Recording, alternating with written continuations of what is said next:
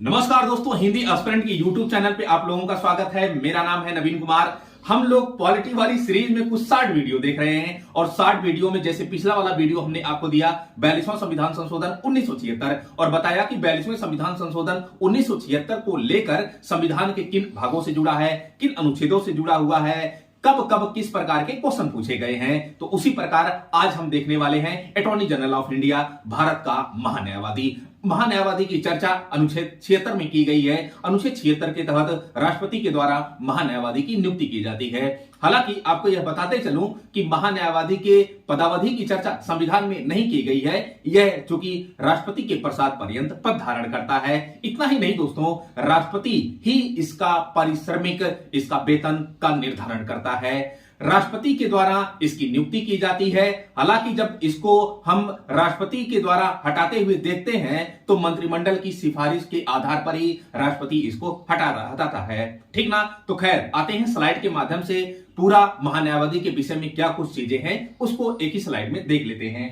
तो इसकी नियुक्ति अनुच्छेद 76 के तहत राष्ट्रपति के द्वारा की जाती है। ये आपको नोट डाउन करना है क्योंकि हर एक लाइन से क्वेश्चन पूछे गए हैं। तो अनुच्छेद 76 के तहत राष्ट्रपति के द्वारा इसकी नियुक्ति की जाती है। तो सवाल है कि इसकी योग्यता क्या होनी चाहिए। इसकी योग्यता वही होती है जो सुप्रीम कोर्ट का न्यायाधीश बनने की योग्यता होती है। तो सवाल है कि सुप्रीम कोर्ट का न्यायाधीश कोई व्यक्ति कैसे बन सकता है। पहला कि हाई कोर्ट में 5 वर्ष तक वो न्यायाधीश के पद पर कार्यरत रहा हो या 5 वर्ष तक वह न्यायाधीश के रूप में कार्य किया हो। दूसरा, हाई कोर्ट में 10 वर्ष तक वह वकालत का काम किया हो, महाधिवक्ता का काम किया हो, वकालत का काम किया हो। फिर उसके बाद या फिर वह राष्ट्रपति की नजर में बेहतर न्यायविद हो। तो ऐसे व्यक्तियों को राष्ट्रपति क्या करता है, सुप्रीम कोर्ट का न्यायाधीश नियुक्त कर सकता है। तो यही सुप्रीम कोर्ट के न्यायाधीश योग्यता वाले व्यक्ति को महान्यायवादी राष्ट्रपति के द्वारा नियुक्त किया जाता है आर्टिकल 76 के तहत। तो ये आपको पॉइंट्स समझना होगा।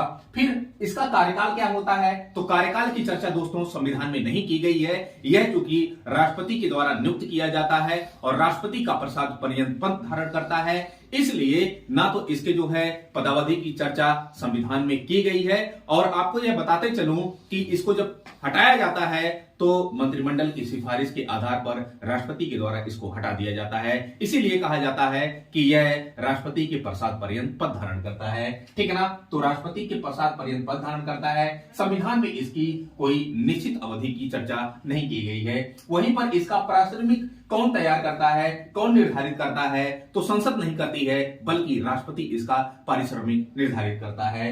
फिर सवाल है कि यह क्या होता है। यह जो है भारत सरकार का प्रथम विधिक अधिकारी होता है। भारत सरकार के कोई भी मामले होते हैं तो भारत सरकार की तरफ से सुप्रीम कोर्ट, उच्चतम न्यायालय में जाकर ये पेश होता है। फिर तो सवाल यह है कि क्या ये संसद की बैठकों में भाग ले सकता है, संयुक्त अधिवेशनों में भाग ले सकता है। हाँ भैया, संसद के किसी भी सदन में जाकर ये पार्टिसिपेट कर सकता है, संयुक्त बैठक में भाग ले सकता है, लेकिन ये मत नहीं दे सकता है। कुछ बोल सकता है, भाषण दे सकता है, लेकिन मतदान का इसको अधिकार नहीं होता है। तो ये पूरी तरह हमने महान्यायवादी को डिस्कस कर दिया। आज के लिए फिलहाल इतना ही। Thank you so much. Thank you.